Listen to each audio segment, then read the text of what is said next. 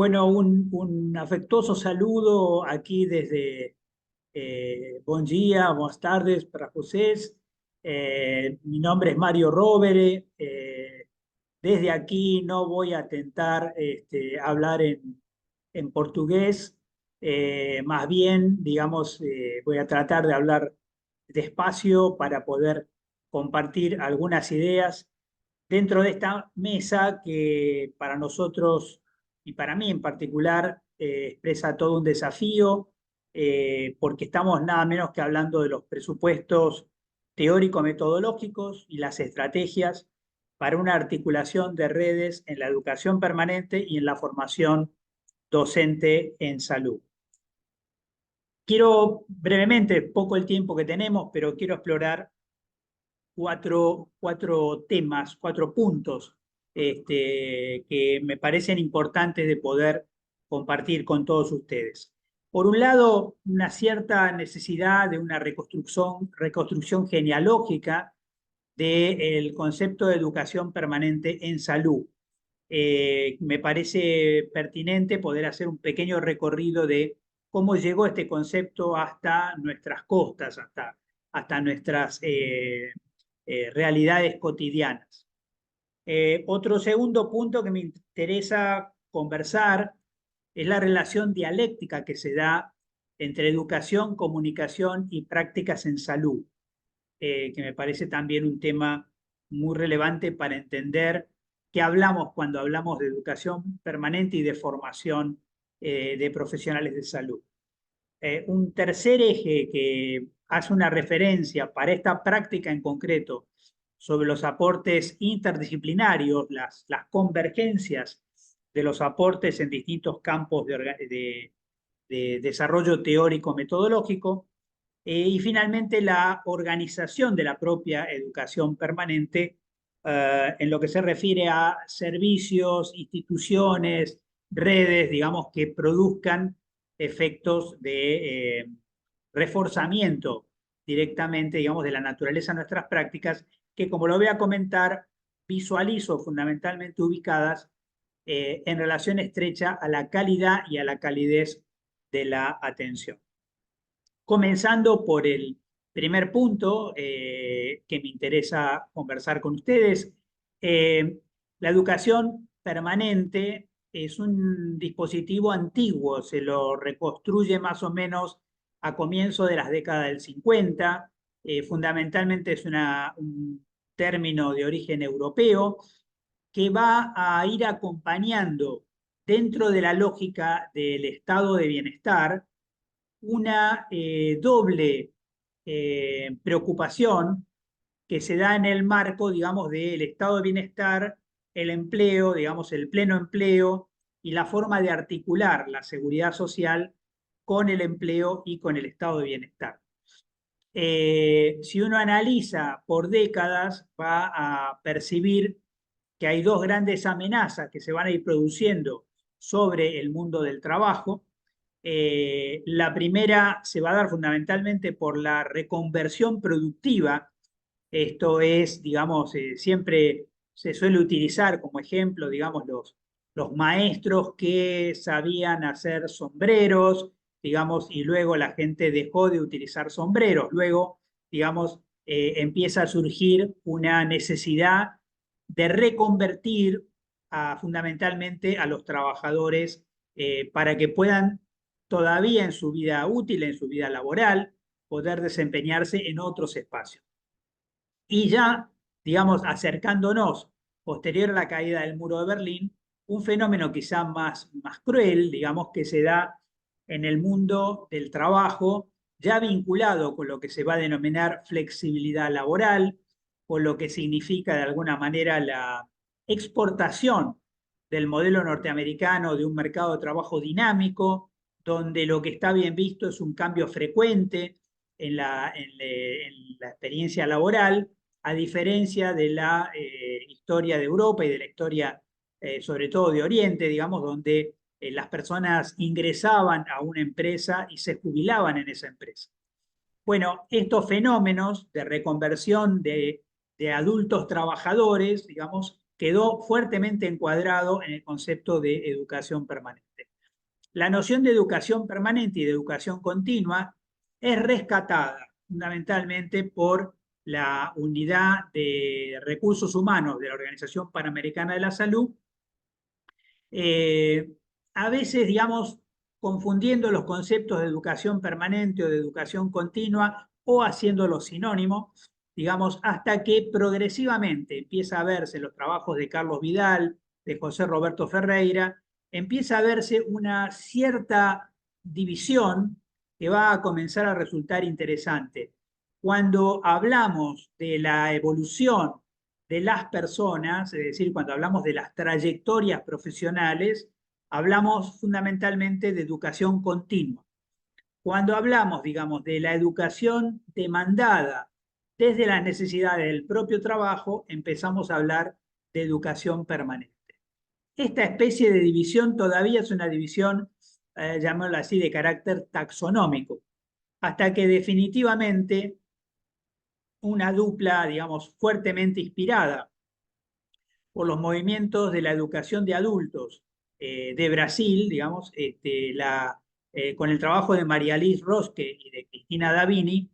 vamos a tener un aporte conceptual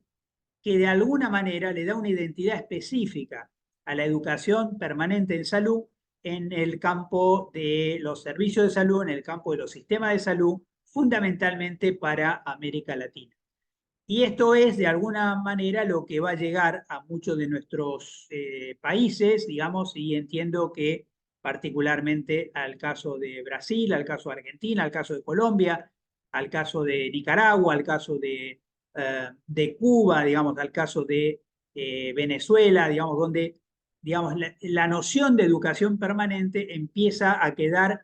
absolutamente entramada, digamos, con el trabajo. Así que podríamos salir, digamos, de esta pequeña genealogía que, por supuesto, luego muchos de ustedes podrían enriquecer esta pequeña historia que yo estoy comentando, pero yo quiero dejar expreso testimonio de reconocimiento al trabajo de María Alex Rosque, digamos, que viene de la historia del NUTES,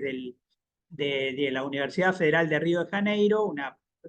psicopedagoga brasilera, y a Cristina Davini, que es una educadora argentina, pero formada en doctorado en Brasil, digamos, de tal manera que fue muy sencillo, digamos, que se diera esa sinergia. Así que, digamos, para pasar a la educación, a la esencia misma de la noción y la importancia de la educación permanente en salud, paso a mi segundo punto, donde de alguna manera me interesaba compartir con ustedes la idea de que la educación emancipadora, la educación crítica, los distintos autores que nutren el mundo de la educación crítica van a entrar, digamos, curiosamente, a un organismo, digamos, internacional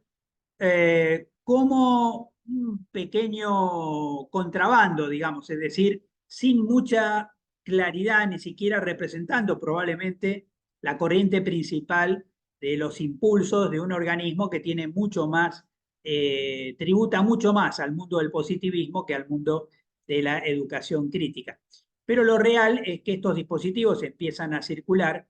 y se dan, y uno retrocede en el tiempo y descubre una tarea muy interesante, pionera, digamos, de un prócer cubano como José Martí,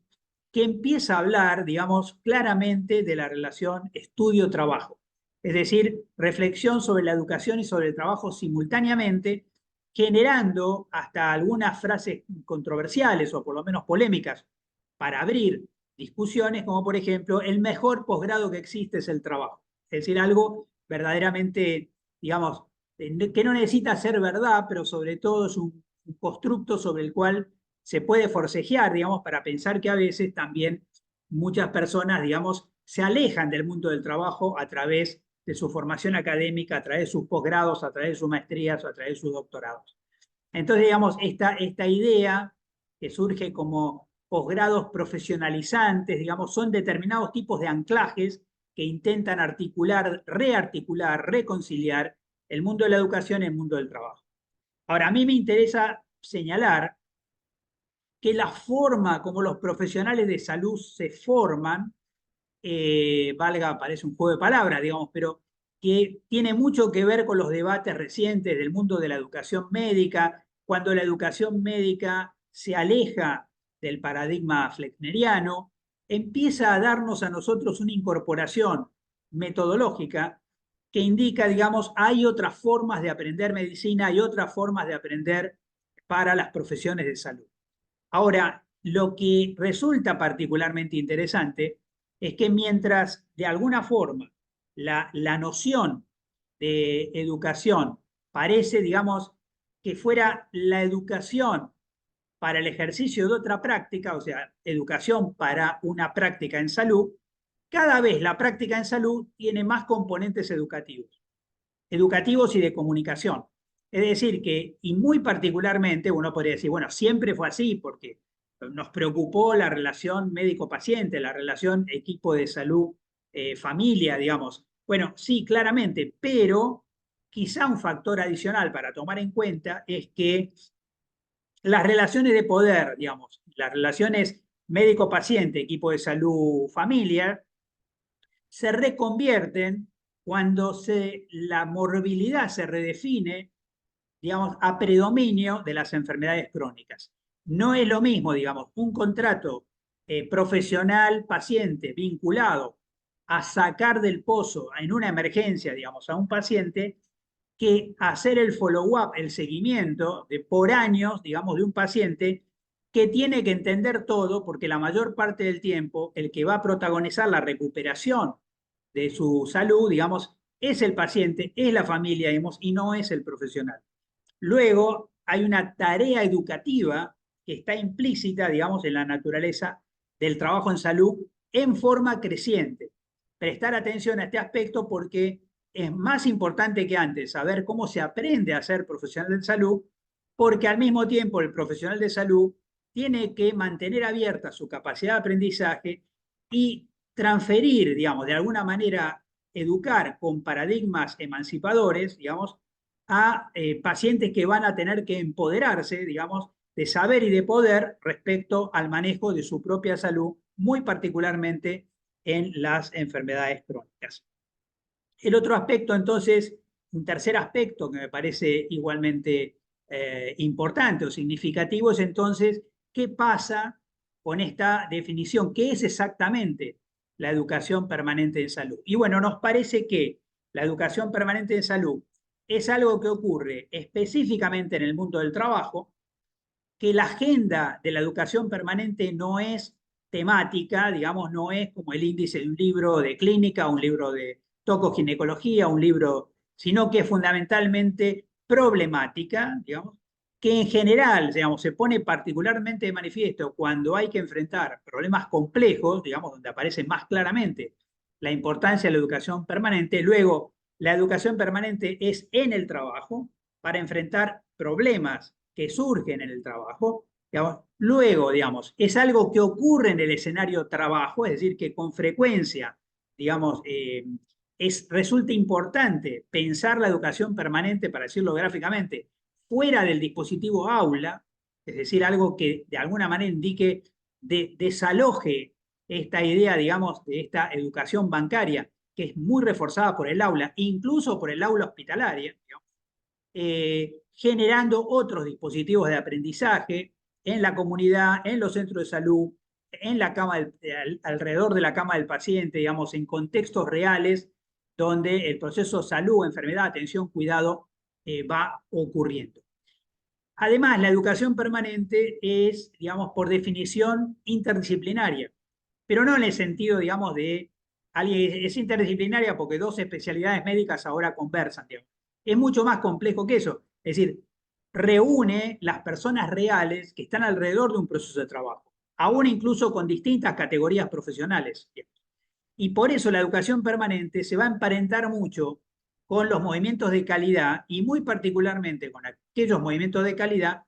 que llamamos calidad centrada en el ciudadano, calidad centrada en la ciudadana. De esta manera, digamos, nosotros empezamos a sentir que la educación permanente ya no es de personas, es de equipos, digamos, que los equipos son equipos heterogéneos, digamos, y que estos equipos heterogéneos están convocados por ser partícipes necesarios de todo un proceso de atención que puede perfectamente combinar telefonista con recepcionista, con médico de guardia, con médico de sala, con enfermera de terapia intensiva, digamos, combinando lo que el problema específico de salud requiera, digamos, como herramienta. Y por supuesto, entonces, ¿para qué? Digamos, para mejorar los procesos para la mejora continua de los procesos de trabajo, de las capacidades resolutivas, de la capacidad de resolver problemas específicos. Por supuesto, esto significa, digamos, que necesitamos trabajar articulando, digamos, los saberes que vengan de los lugares más diversos. Por ejemplo, la comunicación de la relación médico-paciente como acto educativo, bueno, ¿es educativo o es comunicativo, digamos? Bueno, definitivamente, digamos, a esto que medio en broma damos vuelta, digamos, no hay tanto una teoría comunicativa de la acción, una teoría de la acción comunicativa, sino una teoría comunicativa de la acción. Bueno, significa que la práctica, la educación y la comunicación se fusionan, digamos, en procesos que a veces terminan siendo educación personalizada, digamos, o mejora de las capacidades o de las habilidades o competencias comunicacionales. Por supuesto que esto se da en el marco de equipos. Luego se necesita tecnologías que vienen de la psicología social, es decir, cómo trabajar y armonizar grupos. Armonizar grupos que no tiene que ver, digamos, con grupos de autoayuda o pasteurizar los conflictos, sino todo lo contrario, digamos, desarrollar dispositivos concretos de tramitación de conflictos que permitan fortalecer a los grupos, digamos, trabajar los disensos, para ahí empezar a trabajar los consensos mínimos como para colectivamente mejorar la calidad de los procesos de atención. Y lo curioso de esto es que en el contexto del desarrollo de estas ideas, digamos, las autoras que acabo de mencionar, Cristina Davini y María Liz Rosque, y quienes de alguna manera trabajábamos en esa huella, empezamos a encontrar también un subsidio poco previsible, digamos, que fue el aporte de una escuela administrativa desarrollada por un autor de apellido Senge, que trae, digamos, la idea de organizaciones abiertas al aprendizaje. Instala de alguna manera, digamos, una especie de noción de desenvolvimiento temporal, histórico de las organizaciones, y dicen, digamos, que no se trata de que haya acciones educativas adentro de las instituciones, sino que las instituciones mismas aprendan, digamos. Y cosa que ocurre con cierta frecuencia es que hay mucha tarea educativa adentro de los servicios de salud, pero no es seguro que esa tarea educativa sea prioritariamente para mejorar la calidad de atención. Muchas veces hay actividades educativas, becas, movimientos, digamos, cursos, etcétera, que parecen más destinados, digamos, a mejorar la trayectoria profesional de quienes hacen los cursos que destinados fundamentalmente a procesos de mejora de la calidad y la calidez de la atención. Luego, la educación permanente es educación en el trabajo, durante el trabajo, para el trabajo, digamos. Entonces, esta combinación, digamos, durante, para, digamos, va armando un entramado estrechísimo entre estudio-trabajo, digamos. Y por supuesto que cuando nosotros decíamos esto en educación permanente, sentíamos que teníamos una herramienta, digamos, potente como herramienta de transformación de los servicios de salud, nos empezamos a dar cuenta que de todas maneras la educación permanente en salud no es un fin en sí mismo, digamos. Es un medio que se instala y se luce, digamos, en tanto y en cuanto haya proyectos de transformación institucional. Luego, la educación permanente opera como una herramienta de transformación institucional, una herramienta que trabaja fundamentalmente las resistencias, trabaja las dificultades, trabaja digamos, todas esas imposibilidades que los servicios de salud habitualmente construyen como consecuencia de una baja o a veces pésima tramitación de los conflictos inherentes a las propias organizaciones. No hay organizaciones fuertes porque no tienen conflicto, sino que las organizaciones fuertes son las que saben cómo tramitar el conflicto. Y por supuesto, la última punto que quería compartir con ustedes, espero no estar pasándome del tiempo, es de qué manera esta acción que podría ser episódica, que podría estar en un contexto o descontextualizada, bueno, se inserta dentro de proyectos de transformación institucional. Creo que ahí de vuelta apelamos un poco a la propuesta de Senge, digamos, que es cuál es el proyecto de transformación de esta institución, digamos, porque en ese marco, la intervención educativa adquiere toda su potencialidad. Y por supuesto que ahí la educación permanente se articula perfectamente con los procesos de formación, muy particularmente los procesos de formación de profesionales de salud de carácter, digamos, también emancipador, centrado en los propios estudiantes, digamos, que pase el poder y el saber, digamos, el protagonismo a los propios estudiantes, de tal manera que educación permanente y reformas de la educación de los profesionales de salud dialoga, digamos, de una manera sinérgica, digamos, totalmente, digamos, produciendo resultados conjuntos muy, muy auspiciosos. Ahora, es claro que los procesos de educación, digamos, tienen sus tiempos, tienen su... y nosotros no podemos sostener o pensar una política pública solo sostenido, digamos, en voluntarismo. Digamos. Evidentemente necesitamos agentes, necesitamos, digamos, militantes, necesitamos personas involucradas en la transformación permanente de los servicios de salud, pero también necesitamos soportes, necesitamos entramados, necesitamos también que cada servicio no sienta que tiene que volver a inventar todo, digamos. Y esto lo vemos muy frecuentemente, por lo menos en Argentina, en la educación para la salud, donde, digamos, alguien dice debería haber materiales educativos, digamos, y todo el mundo se pone a hacer los mismos materiales educativos, que muchas veces se parecen entre sí, digamos, no generando, digamos, un entramado de relaciones. Bueno, creo que ahí nuevamente la experiencia de Brasil apeló fundamentalmente a una estrategia de redes. Las redes, digamos, son heterogeneidades organizadas. Las redes son formas institucionales ligeras, leves, podríamos decir así, que están compuestas fundamentalmente por nodos, digamos, que le producen un gran dinamismo, digamos, porque las redes suelen capturar la energía, digamos, en forma multicéntrica. Y muchas veces los fenómenos de empoderamiento de la educación permanente se dan, entre otras cosas, digamos, porque hay eventos para compartir, porque hay cierto grado de competencia, esto que dice coopera mientras compiten, digamos, generando mecanismos por los cuales las personas se sienten de alguna manera involucradas, digamos, y cuando un servicio cae, digamos, de alguna manera en su entusiasmo o su compromiso por la educación permanente, otro lo levanta.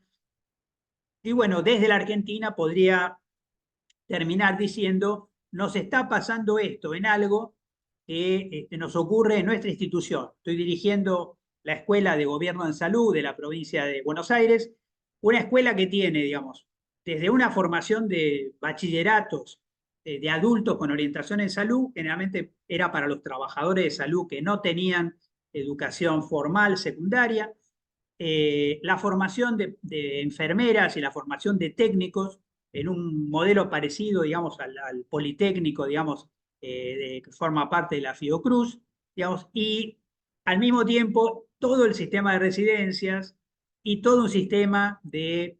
posgrados parecidos a mestrado, digamos, lato sensu. Bueno, lo que nos dimos cuenta es que en la misma institución estas cosas no se conectaban entre sí. Y entonces empezamos a trabajar algo que llamamos cine. Cine es un acrónimo, digamos, que es fácil de acordarse. Digamos, en español diríamos, hay que hacerse la película, digamos. Pero cine quiere decir coordinación interniveles educativos. Entonces, progresivamente, digamos, todo el proceso educativo que se da alrededor, por ejemplo, digamos, de la salud de la niñez, todos los